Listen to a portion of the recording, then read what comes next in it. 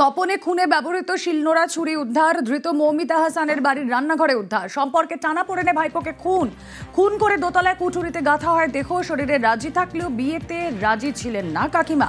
বিয়ের জন্য চাপ দেওয়ায় ভাইপো সাদ্দাম নাদাবকে খুন করে কাকিমা। ইতিমধ্যে খুনে গ্রেফতার নিহতের কাকা ও কাকিমা। কথা বলবো, প্রতিনিধি অনুপ সান্যাল রয়েছেন সঙ্গে। অনুপ, খুনে ব্যবহৃত অস্ত্র এবার উদ্ধার করলো পুলিশি তদন্তে, আর কি জানা যাচ্ছে?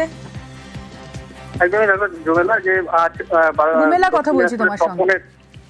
জুমেলা, দক্ষিণ দিনাজপুরের তপনের যে শিরুর গ্রামে মৌমিতা এবং রহমান, এই দুজন অভিযুক্তকে নিয়ে আসে পুলিশ এবং বাজার থানার পুলিশ এবং তপন থানার পুলিশ তার সেখানে উপস্থিত ছিল। সেখানে তাদের পুনর্নির্মাণ করা হয়। কিভাবে ঘটনা বিষয় পুঙ্খানুপুঙ্খ তদন্ত করলো আজ পুলিশ।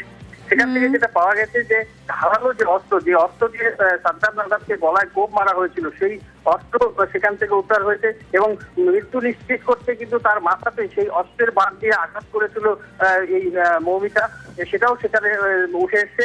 এর পাশাপাশি একটি শিলনোড়া সেখান থেকে উদ্ধার করেছে। যে শিলনোড়া দিয়ে পুলিশ জানা যাচ্ছে যে সেই শিলনোড়া দিয়ে সাদ্দামের যে দুটো মোবাইল, সেই মোবাইলগুলোকে ভেঙে গুড়িয়ে দিয়েছে।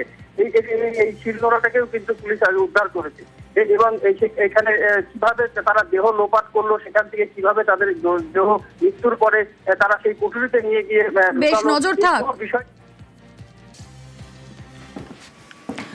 চোপড়ায় তরুণীকে খুন করে আত্মসমর্পণ। চোপড়া থানায় আত্মসমর্পণ যুবকের। তরুণীর সঙ্গে বিয়ের কথা ছিল যুবকের। গতকাল ভোর থেকে নিখোঁজ তরুণী। সন্ধ্যায় থানায় আত্মসমর্পণ যুবকের। চা বাগান থেকে দেহ উদ্ধার পুলিশের। অভিযুক্ত গ্রেপ্তারের দাবিতে বিক্ষোভ। রাস্তায় টায়ার জ্বালিয়ে বিক্ষোভ গ্রামবাসীদের। চোপড়ার লক্ষ্মীপুর এলাকায় ব্যাপক চাঞ্চল্য। মেয়েটাকে মারার পিছনে কারণটা কি? কারণ এখনো পর্যন্ত আমরা কোনো ক্লু বা কোনো কারণ খুঁজে পাচ্ছি না। কারণ ছেলে আর মেয়ে ভালোবাসা ছিল। মেয়ের পক্ষে কিন্তু ওর গার্জেন প্রথমে মানতে চায়নি, তারপরেও এখানকার স্থানীয় বাসিন্দা বুঝাই সুঝাই মেয়ের বাবাকে রাজি করাইছে।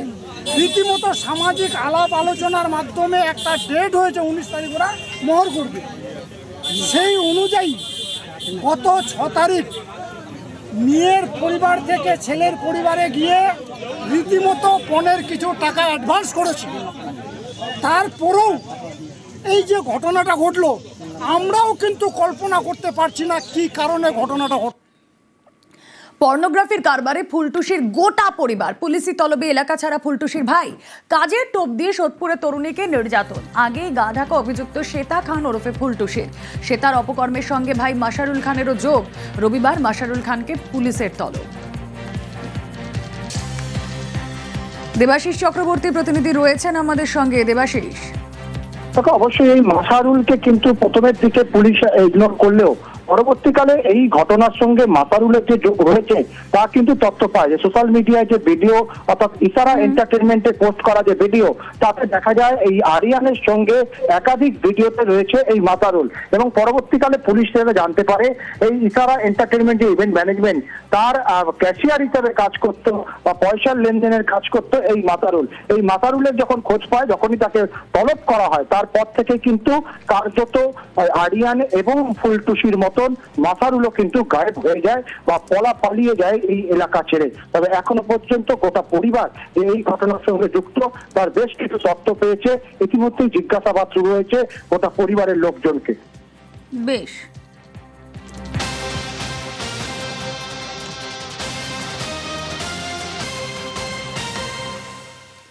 লোন উলফ হুমায়ুন, তার মুখে এবার কুলুপ। কোন হুমায়ুন? হুমায়ুন কবির। বাবা মা খুনে ধৃত হুমায়ুন চুপ থাকার নাটক করছে সে। পুলিশের জেরায় পছন্দের প্রশ্নের উত্তর দিচ্ছে হুমায়ুন। চিরকুটে লিখে ইংরেজিতে উত্তর দিচ্ছে হুমায়ুন কবির। ব্যক্তিগত প্রশ্নের উত্তর দিতে নারাজ খুনি হুমায়ুন।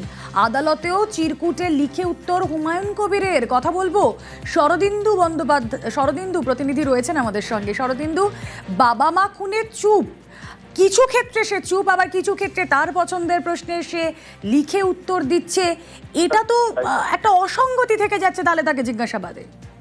একেবারে মেমারি দম্পতি খুনে তারই ছেলে হুমায়ুনকে তাদের হেফাজতে নিয়ে মেমারি থানার পুলিশ বিভিন্ন প্রশ্নের উত্তর পাবার আশা করেছিল। কিন্তু হেফাজতে নেওয়ার পর থেকেই কার্যত মুখে কুলু পেটেছে এই হুমায়ুন। তার বক্তব্য সে লিখিতভাবে জানাচ্ছে এবং সেখানে সে জানিয়েছে সে 62 দিনের মৌন ব্রত নিয়েছে, এই 62 দিন সে কোনো কথা বলবে না। এর ফলে পুলিশের পক্ষে তার কাছ থেকে যে বিভিন্ন প্রশ্ন তার উত্তর পাওয়া সমস্যার হয়ে দাঁড়িয়েছে। খুব নির্দিষ্ট কয়েকটি প্রশ্ন যা তার পছন্দের, সেই সব প্রশ্নের শুধুমাত্র সে লিখিত উত্তর দিচ্ছে, বাদ বাকি প্রশ্ন ব্যক্তিগত বলে এড়িয়ে যাচ্ছে। এর ফলে পুলিশের পক্ষ থেকে যে তাকে জেরা করে বিস্তারিত তথ্য পাওয়ার আশা করা হয়েছিল তেমনটি হচ্ছে না এবং পুলিশ মনে করছে যে জেরা এড়াতেই সে এই কৌশল নিয়েছে। তার মধ্যেই গতকাল তাকে ওই বাড়িতে নিয়ে গিয়ে ঘটনার পুনর্নির্মাণ করা হয় এবং তখনও সে মুখ খোলেনি। এরপরে আজকে আদালতে তাকে পেশ করা হয়। আদালত 23শে জুন পর্যন্ত তাকে জেল হেফাজতে রাখার নির্দেশ দিয়েছে। বেশ। স্কুলের বারান্দায় মদের বোতলের টুকরো ছুটি দিতে বাধ্য হলো স্কুল কর্তৃপক্ষ। 3 দিন বন্ধ থাকার পর খুলেছে স্কুল, আর স্কুল খোলার পর হতবাক শিক্ষক অভিভাবকরা। কথা বলবো, আমাদের প্রতিনিধি সমীর রয়েছেন সঙ্গে। সমীর, এটা স্কুল নাকি মদ্যপদের আখড়া, যে কারণে 3 দিন স্কুল বন্ধ থাকার পর স্কুল চালুও করা গেল না, মদ্যপদের দৌড়াতে স্কুল ছুটি দিতে হলো?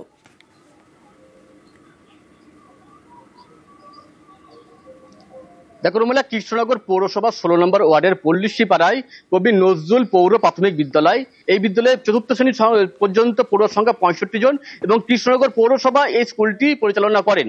গত 3 দিনের স্কুলে ছুটি ছিল, ছুটির পর যখন আজকে স্কুল খোলা হয়, দিদিমণিরা দেখেন স্কুলের বারান্দায় ছড়িয়ে ছিটে পড়ে আছে কাঁচের বোতলের টুকরো, যা কিনা মদের বোতলের টুকরো বলে কিন্তু তারা জানাচ্ছেন।